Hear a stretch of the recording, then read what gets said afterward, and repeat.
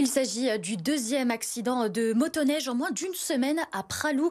Cette fois-ci, l'accident a été mortel. 2 personnes sont décédées vendredi en fin de journée. Une femme d'une quarantaine d'années et son père âgé de 70 ans, originaire de l'Allier, situé en Auvergne-Rhône-Alpes. À 2 sur la motoneige, ils auraient percuté un obstacle pendant leur sortie. Une enquête est en cours pour tenter de comprendre l'origine de cet accident. L'activité de l'entreprise qui a organisé cette sortie a été suspendue par la préfecture. On le rappelle, une femme a été gravement blessée mardi dernier suite à un accident à bord d'une motoneige avec cette même entreprise. Jette Buisson s'est rendue sur place. Depuis le début de la semaine, la station de Pralou a été témoin de plusieurs accidents de motoneige.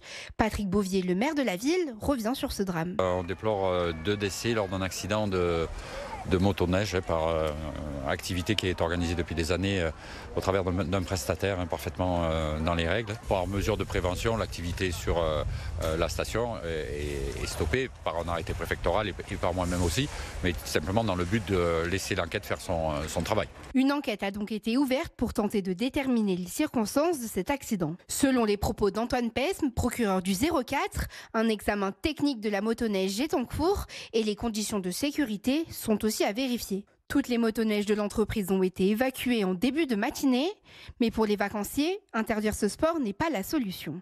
À partir du moment où on a de la vitesse, où on a des obstacles autour de nous comme des arbres ou ce genre de choses, il y aura toujours des gens qui vont se blesser, qui auront des accidents.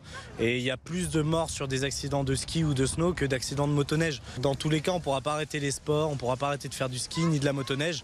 Je pense qu'il faudrait peut-être donner des cours avant de commencer à faire ça. Pour l'heure, les circonstances de ce drame restent encore floues.